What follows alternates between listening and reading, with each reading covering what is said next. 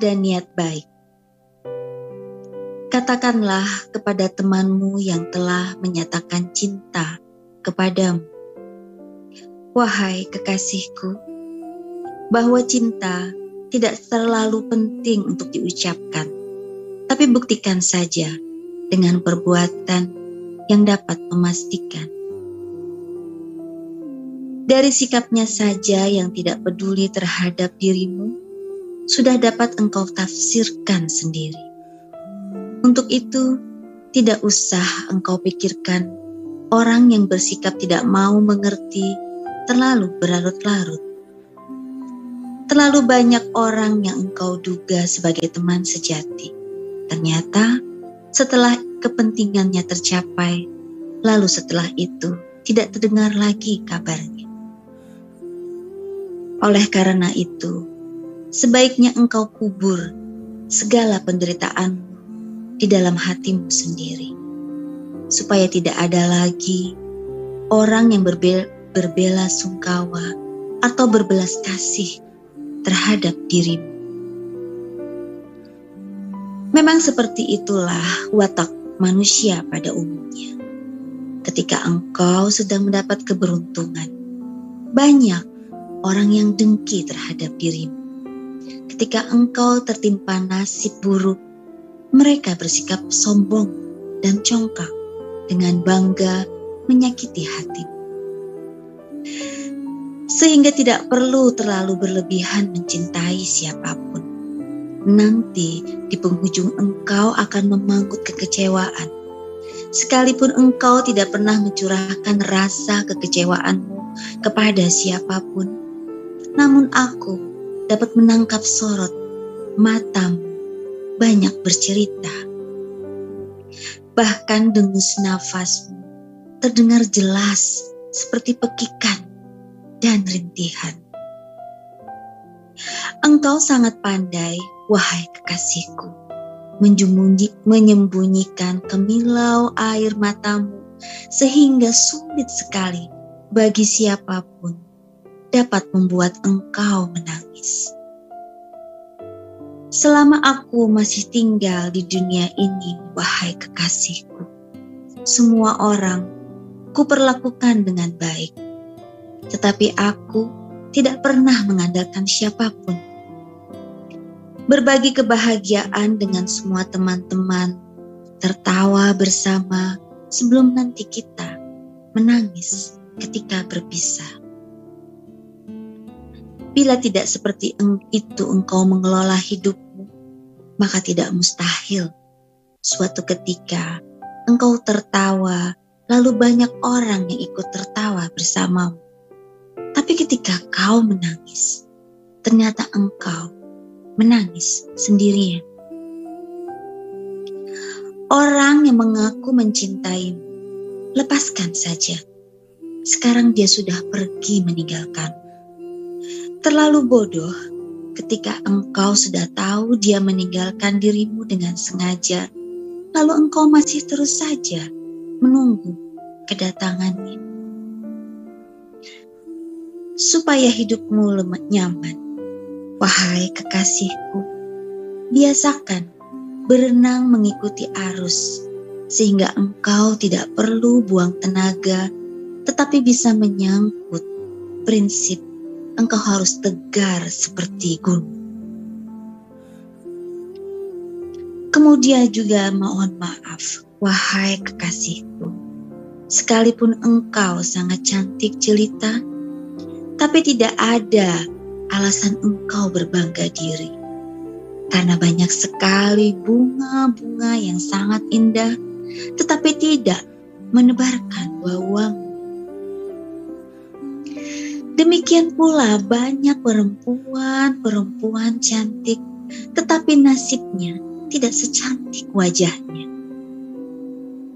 Ada dua cara menyembunyikan yang dapat meningkatkan harga dirimu. Tetapi wahai kekasihku,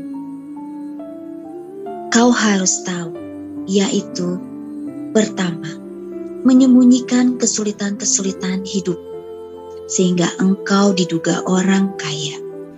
Kedua, menyembunyikan rasa kesal dan marah sehingga engkau diduga baik-baik saja. Bila perlu, demi menjaga keharmonisan dalam persahabatanmu dengan teman-teman, sebaiknya engkau posisikan saja dirimu sebagai orang asing atau sebagai pendatang baru yang tidak tahu apa-apa. Semakin jarakmu terlalu dekat dengan teman-temanmu, semakin banyak teman yang akan menyakiti hatimu. Sekalipun memang betul teman memohon kepadamu untuk sabar menanti, tapi jujur saja, dia sudah lupa untuk pulang. Sekalipun temanmu sangat banyak, wahai kekasihku, tetapi tidak lebih ada 3 kategori tentang teman. Pertama, teman yang statusnya seperti oksigen. Sangat dibutuhkan sekali dalam kehidupan, tapi oksigen tentu kita tidak dapat bernafas bila tanpa oksigen. Kedua adalah teman yang statusnya seperti obat. Sewaktu-waktu kita membutuhkannya untuk mengobati berbagai penyakit yang menimpa kita. Yang ketiga, teman yang statusnya seperti hama atau penyakit. Kita tentu tidak berharap akan kedatangannya. Aku tidak pernah melihat engkau mengenakan perhiasan sama sekali. Namun demikian, engkau tetap cantik, tetap jelita tanpa perhiasan sedikit pun. Akan tetapi banyak sekali perempuan yang mengenakan hiasan berlebihan, tetapi tidak menambah kecantikan, malah terlihat seperti toko emas. Ada lagi perempuan, perhiasan yang dipakai bermerek semua, tapi kepribadiannya seperti barang tiruan alias imitasi. Namun demikian, sebaiknya kita tidak perlu mengorek-ngorek keburukan orang lain. Biarkan kita sebagai penonton yang sopan saja. Memang ada sebagian orang yang sibuk sehari-hari mencari keburukan orang, persis seperti pemburu harta karun, masuk hutan, naik gunung, menggali tanah, mengeruk batu. Ada lagi sisi lain yang perlu aku sanjungkan untuk dirimu, wahai kekasihku. Engkau sangat pandai bersikap sebagai pendengar yang budiman. Setiap kali engkau mendengar orang bercerita tentang kesedihan hati dan kesulitan hidup, tetapi engkau sama sekali tidak pernah berkeluh kesah tentang dirimu sendiri. Ketika aku ingin mengorek rasa kecewamu, ternyata jawaban tidak ada seorang pun yang mengecewakan diriku. Tetapi kembali kepada kesalahanku sendiri. Aku yang salah pilih. Mengapa aku bersahabat dengan orang-orang seperti itu? Jawabanmu yang seperti itu membuat hatiku semakin nyaman sambil kupandangi wajahmu yang selalu tersenyum. Realita yang sebenarnya, wahai kekasihku, tidak ada seorang pun yang tidak punya kesulitan dalam kehidupan ini. Hanya saja bedanya, karena ada sebagian orang yang bercerita tentang kesulitan-kesulitan yang dihadapinya secara berlebihan. Sekalipun kolam di samping rumahmu airnya sangat jernih dan bening, akan tetapi tetap saja air dapat menenggelamkan. Begitu juga angin sepoi-sepoi basah yang semilir setiap pagi di kampung. Kapan-kapan bisa saja angin menumbangkan pohon-pohon besar itu. Begitu juga sifatmu yang sangat lembut dan halus, sehingga aku harus ekstra hati-hati karena bagaimanapun rasa kecewa itu bila datangnya dari orang dekat bisa merenggut nyawa. Nanti suatu ketika setelah kita banyak bergaul dengan berbagai macam kalangan, pelajaran hidup kita akan semakin bertambah. Bahkan ternyata masalah moral akhirnya seperti nasib juga, tidak sama dan tidak selalu berbeda. Aku tidak pernah mengusulkan kepadamu untuk memutus hubungan cintamu dengan lelaki yang mengaku mencintaimu. Sebaiknya biarkan saja dia bermain seperti aktor, nanti juga pada akhirnya akan datang episode terakhir. Lalu sinetron pun berakhir. Sudah barang tentu engkau berangan-angan ingin dapat kembali ke masa lalu. Ingin berpeluk kembali dengan orang yang telah menyatakan cinta padamu. Tetapi dia telah pergi. Tetapi tidak pernah memberitahukan kepergiannya. Setelah ku beritahukan kepadamu bahwa dia menikah dengan sepupunya atas pilihan keluarganya dan sekarang dia sangat bahagia sekali. Lalu kemudian atas dasar apa engkau masih merindukan dan menangisi seseorang padahal orang yang kau rindukan sedang dalam keadaan sangat berbahagia. Sekalipun engkau menyatakan sudah tidak merindukan lagi, tetapi wahai kekasihku, kerinduan itu mengirim sinyal dan gelombang berupa senandung tetapi yang dapat mendengar hanya orang yang sudah pernah mengalami perpisahan dengan kekasihnya. Seperti yang sudah disepakati, makan siang bersama di rumah makan Padang dekat kantor. Sehingga tepat pukul 12.30, aku sudah standby menjemputmu di depan kantor. Dalam perjalanan menuju rumah makan, tidak ada pembicaraan. Suasana sangat membeku. Aku juga tidak tahu dari mana aku harus memulai. Ketika pelayan rumah makan menanyakan pesanan makanan apa, baru percakapan dimulai.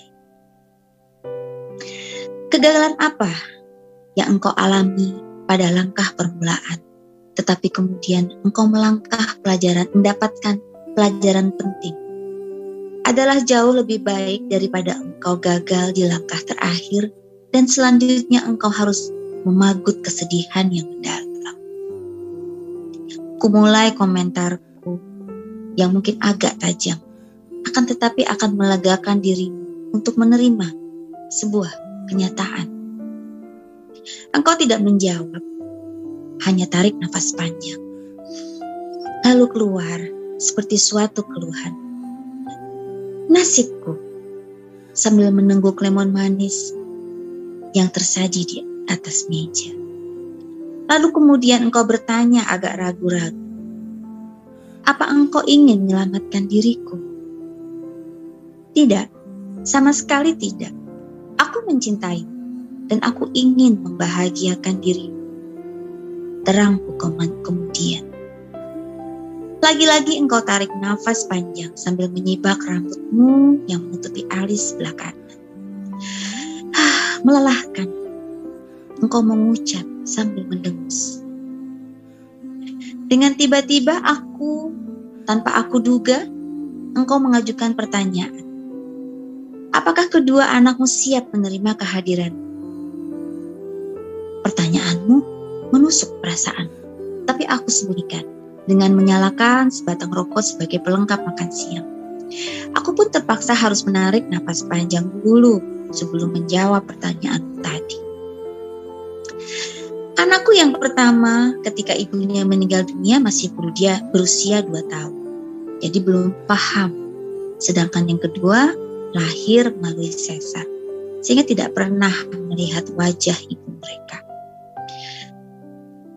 Engkau tidak bertanya lagi, hanya terdiam, terlihat keningmu dikerut-kerutkan.